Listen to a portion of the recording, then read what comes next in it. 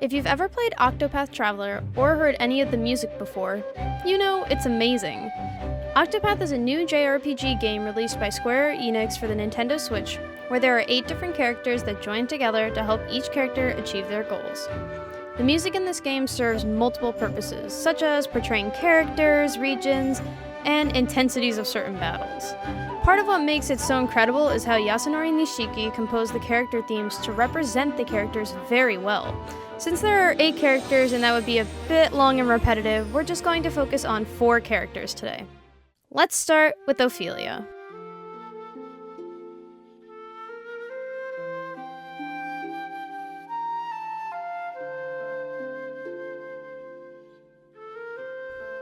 Ophelia's theme is soft, tranquil, and gentle. The light, airy flute balanced with the harp creates this innocent, almost whimsical sound, reminiscent of a young heroine or princess. The theme develops, adding layers and more complex rhythm to represent Ophelia's growth and confidence. The melody is very scalar, which shows how simple the melody is and reflects on Ophelia's character. In the beginning, we have mostly stepwise motion with long, sustaining harp chords. We then have open interval strings as the music swells and another counter melody to the simplistic stepwise motion.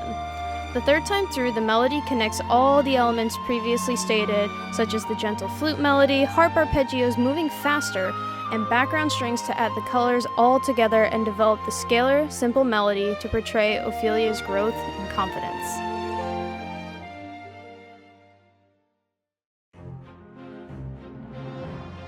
Cyrus's theme is a very bouncy yet sophisticated waltz. Classical music is often associated with academics, as classical chamber music was mostly heard in the houses of royalty and upper-class families, since they had the money to afford it. The theme sounds regal and reflects Cyrus's academic intelligence and classiness. Cyrus's theme follows the structure of a waltz, which really reflects his methodical nature. The structure is like a mini minuet in trio, starting in F minor and flipping back and forth between A flat major and F minor. The melody begins with this strong interval pickup of sol to do or 5-to-1 motion and plays accents in the leaps all over the piece. The leaps give the impression of Cyrus's authority and grandiose personality when it comes to his brain and knowledge. Then, there's the little melody that makes us feel as though we're in the key of A flat major temporarily before moving back to our first melody.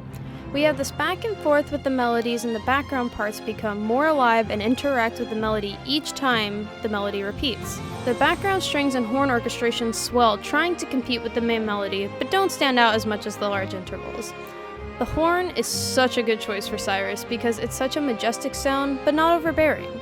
Cyrus is very bright, but very reserved in his actions, similar to how a French horn has darker overtones. Cyrus's theme exudes sophistication and classiness strongly through the instruments and waltz style, often associated with academics. Overall, we see that Yasunori Nishiki took the most logical course of action when composing Cyrus's theme to reflect his intelligence and grandiose manner.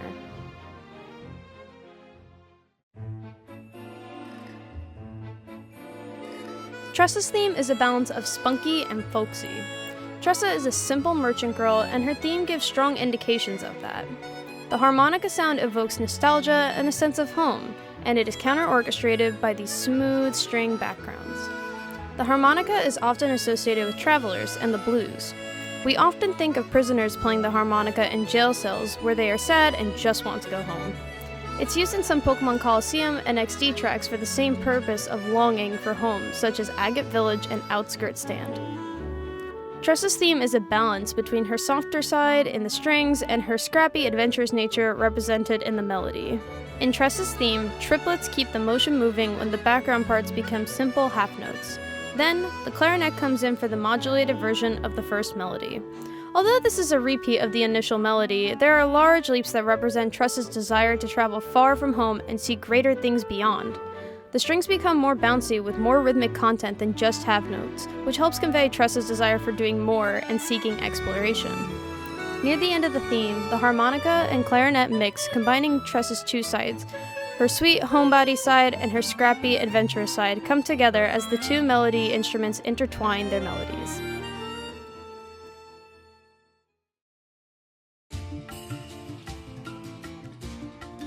Primroses' theme is similar to a flamenco, a folkloric tradition from southern Spain. The theme exudes confidence and incorporates many instruments from many cultures, perhaps representing the diversity of the town of Sunshade. Flamenco means fiery behavior, which is an accurate description of Primrose to say the least. Primrose is very feisty and confident. She has a grudge to bear and makes sure that nothing gets in the way of her goal.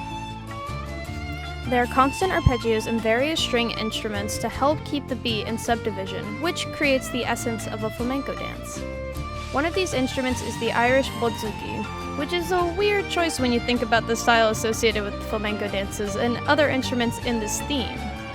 A Middle Eastern stringed instrument called the santur takes the melody the first time and has a mix of scalar steps and leaps that play to a dancer's movements, a mix of small steps and larger gestures. When the violin takes the melody, we play a bit more on Primrose's grace with the cleaner melody and vibrato. The tune makes use of these Middle Eastern and African percussion instruments such as the tabla and the udu. The tabla is a percussion instrument used in Indian classical music to establish rhythm, and udu is a Nigerian drum that is often used in a religious setting for praise, but has also been used in rituals believed to be the voices of ancestors. Sunshade appears to be the hub for all types of people: businessmen, merchants, dancers, children, the elderly, etc. Primrose has met all these different types of people, and those sounds reflect in her theme, where we hear about her hardships and determination to do anything to avenge her past. Overall, we see that the character themes represent the characters very well, and more specifically, how the main melodic instrument represents each character. For Ophelia, the flute gives the sweet, light, gentle sound, representative of Ophelia's quiet, gentle nature. For Cyrus, the strings are very classical and academic. Tressa's theme has two main instruments, harmonica and clarinet, which represent her two different sides. And lastly, the santur represents Primrose's feisty behavior, while the violin represents her grace. Music helps define characters through instrumentation and style associated with certain emotions. Composers think about characters' emotions and actions and try to best suit instruments that reflect their personalities and mannerisms, and the style that captivates many. Thank you so much for watching. I hope you enjoyed. Please subscribe and check out my Patreon for more content. Thank you. Bye.